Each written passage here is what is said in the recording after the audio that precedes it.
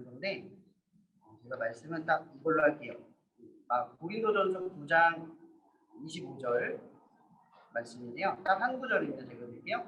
이기기를 다투는 자마다 모든 일에 절제하나니 그들은 썩을 승리자의 관을 얻고자 하되 우리는 썩지 아니할 것을 얻고자 하노라 라는 주제의 말씀인데, 제가 아동부 체육대회 축구대회 많이 하잖아요.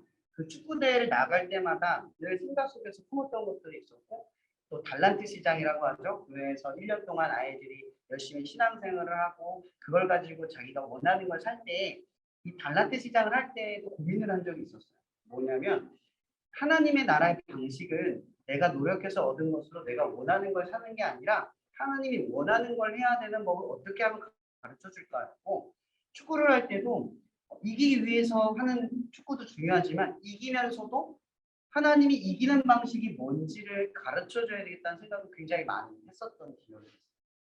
그럼 하나님의 나라의 방식이라고 하는 건 굉장히 중요한 의미잖아요. 그리스도인들이 세상에 살아가고 있지만 내가 세상을 이기는 법이 세상의 방식대로 이겨서 이긴다는 느낌을 갖는 것이 아니라 하나님의 나라의 방식으로 이겼기 때문에 이겼다라는 그런 감각이 우리한테 좀 필요하거든요. 그런 것들을 가만히 생각해 보면 우리가 이기는 법을 어떻게 익숙해져 가는가. 내가 평소에 이길 때 어떤 이김에 기분이 만족되고 좋을까. 우리 떠올려 보면 내 승리의 방식이 얼마나 그릇되고 승리의 추구가 얼마나 왜곡됐는지를 생각해 볼 필요가 있어요. 달란트 장치를 할 때 제가 생각했던 하나님의 나라의 원칙은 이거였어요.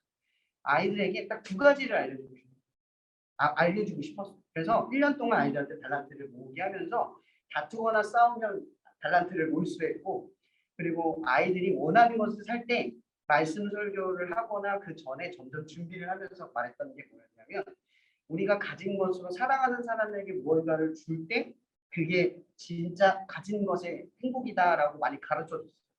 그리고 아이들에게 달란트 시장을 할 때 그런 게 있었어요. 왜 교회에 보면 늦게 온 친구가 있고 1년 동안 꾸준히 나온 친구가 있고 중간에 나온 친구가 있고 나오다 못 나온 친구가 있다 보면 어떤 차이가 생겨요? 달란트를 갖고 있는 양의 차이가 친구들 사이에 생겨요. 그러니까 어떻게 뭐라고 하죠? 이게 자본의 불균형이 생기는 거예요. 저는 이게 하나님의 나라의 방식이 아니라고 생각을 했어요. 그래서 아이들에게 모금함을 만들었어요. 그 모금함의 목적은 뭐였냐면 너희들이 안 나온 친구들, 달란트가 없는 친구들을 위해서 애들의 달란트를 조금씩 내달라 해서 그거를 내고 저희가 그 뭐라고 하죠? 그 무슨 증서 같은 걸 줬어요. 만들어가지고 그걸 딱 주고 아이들에게 그런 자부심 이런 걸 느끼도록 유도를 했거든요. 그래서 그때 아이들이 굉장히 생각보다 그 선물을 자기 원하는 걸 사기 전에 가르친 애들이 정말 순수하잖아요. 가르친 대로 그 달란트를 모금해서 안 나온 친구들에게 나눠줬을 때 아이들이 오히려 굉장히 좋은 반응을 보였었어요. 그리고 또 하나는 아이들이 자기가 원하는 것을 사면서 어머니, 아버지, 친구를 위한 선물을 꼭 사라고 가르쳤거든요. 근데 아이들이 그렇게 하다 보니까 선물을 주는 기쁨, 내가 왜 돈을 벌고 달란트를 모았는지에 대한 기쁨이 조금 달라진 거예요. 그래서 달란트 잔치를 한 3, 4년 하다 보면서 느꼈던 변화는 애들이 모으는 재미보다 그걸 가지고 내가 뭘 베풀 수 있는지에 대한 생각을 하기 시작하더라고요. 저는 그 자본, 돈에 대한 논리잖아요. 달란트가. 그 돈에 대한 논리, 노력을 통해서 돈을 벌어서 내가 원하는 걸 산다. 이건 세상의 논리잖아요. 근데 하나님의 논리는 내가 노력을 해서 벌었지만 그건 하나님이 지켜주시고 보호해 주셔서 벌 수 있는 거다. 이런 감사가 있는 사람은 가진 것을 내 것으로 여기는 게 아니라 하나님이 필요한 목적으로 사용하는 생각을 할 줄 안다라는 거죠. 저는 그런 고민을 했었고, 또 하나는 축구 대회를 나가면 꼭 6학년 애들이 주로 축구를 하게 돼요. 왜냐하면 이기는 축구를 다들 원하거든요. 아이들도 그렇게 생각을 하고 어른들도 그렇게 생각을 하는 거예요. 그러다 보니까 축구할 때 교회 축구인데 막 욕을 하고 화를 내고 어른들이 막 나서서 막 험악해지는 분위기를 제가 보면서 많은 고민을 했었어요. 이게 우리가 이걸 하는 이유가 뭘까?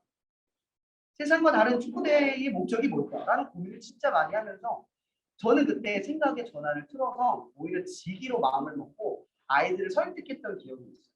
엄청 싫어했죠. 6학년 애들은 질까봐 싫어했어요. 근데 저는 그렇게 말을 했어요. 그때 6학년 말고 3학년, 4학년, 2학년 친구들도 왔었거든요. 축구하고 싶어서. 근데 낄 자리가 없는 거예요. 이겨야 되는 축구를 하는 거예요. 너무 마음이 아프더라고요. 그래서 저는 이 친구들을 지더라도 내보내야겠다. 그래서 아이들을 계속 설득을 했어요. 근데 또 승부욕이 강한 친구들이 교회 안에 분명히 있거든요. 그 친구들을 설득하기 너무 힘들었어요. 끝나고 나서도 분위기가 안 좋았죠. 근데 대신 제가 약속을 한 게 있었어요. 끝나고 나면 우리 다시 우리끼리 모여서 축구하자. 그래서 그렇게 좀 설득을 했었는데, 그래서 청년들이랑 그때 애들이랑 같이 모여서 계속 축구를 많이 했었어요. 근데 그때 아이들에게 제가 정말 고민해서 결정할 때 옳았다고 느꼈던 건 2학년, 3학년, 4학년 축구 잘하는 친구, 못하는 친구들이 함께 어울려서 축구대에 나가서 재밌게 축구를 하는 게 이 축구대의 목적, 하나님의 이기는 방식이라고 생각을 하고 그걸 가르칠 수 있어서 너무 감사했었어요. 제가 여러분들에게 말하고 싶은 이야기는 그런 거예요. 사람들에겐 승부욕이라는 게 있어요. 남들보다 돈 버는 것도 사실 엄연히 말하면 남들보다 더 잘 벌 때, 더 벌을 때 행복하잖아요. 이것도 승부욕의 일종이거든요. 근데 그 승부욕이 여러분들 나쁜 게 아니에요. 방향의 문제죠. 남을 이겼을 때 느끼는 승부욕의 만족은 하나님의 나라의 방식이 아니고 내가 하나님의 뜻대로 승부욕을 가지고 이겼을 때, 오늘 말씀 본문이 바로 그 주제거든요. 누구든지 이기는 자마다 다투지 않고 자기를 절제하는. 근데 무엇에서 이기냐는 거죠. 경쟁에서 남보다 더 낫기 위해서 하는 싸움으로 이기는 게 아니라 하나님의 뜻, 그러니까 하나님이 원하는 바를 위해서 나를 이기는 것. 그게 이기는 게 그리스도인들이 진짜 이기는 거죠. 그래서 예수님께서 말하는 좀 우리가 지키기 어려운 말, 누가 오리를 가자고 심리를 가고 왼뺨을 내며 오른뺨도 내밀어라는 말이 이제는 조금씩 우리가 이해할 수 있는 거예요. 진정한 승부는 나를 절제하고 하나님의 뜻에서 오늘 내가 하나님을 위해서 뭔가를 했다.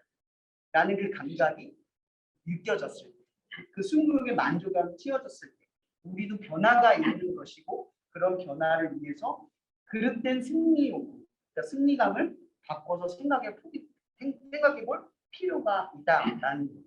오늘 말씀을 잘 생각하면서 여러분들 승부욕이 불순간에 튀어나올 수도 있고, 그렇죠? 누군가 못해서 져가지고 원망을 할 수도 있고 비난을 할 수도 있을 거예요. 그럴 때 여러분들 이기는 사람이 됐으면 좋겠어요. 그런 순간에 이겨서 오늘 이 모임이 이 체육대회가 하나님 원하는 방식에서 이길 수 있는 여러분이었으면 좋겠습니다. 기도하고 마칠게요. 사랑해 주님 감사합니다. 오늘 이렇게 저희가 함께 모여서 체육대회를 할 수 있도록 이 장소를 또 이 재정을 또 이 많은 사람들을 보내주셔서 감사합니다.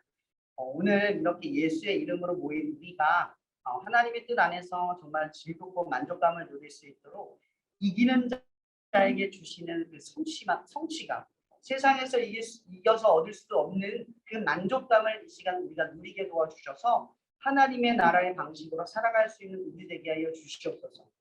이 시간 우리와 함께 하시고 우리의 마음을 붙들어 주시고 우리 모든 순간에 섭리하실 예수 그리스도 이름으로 감사하며 기도합니다. 아멘.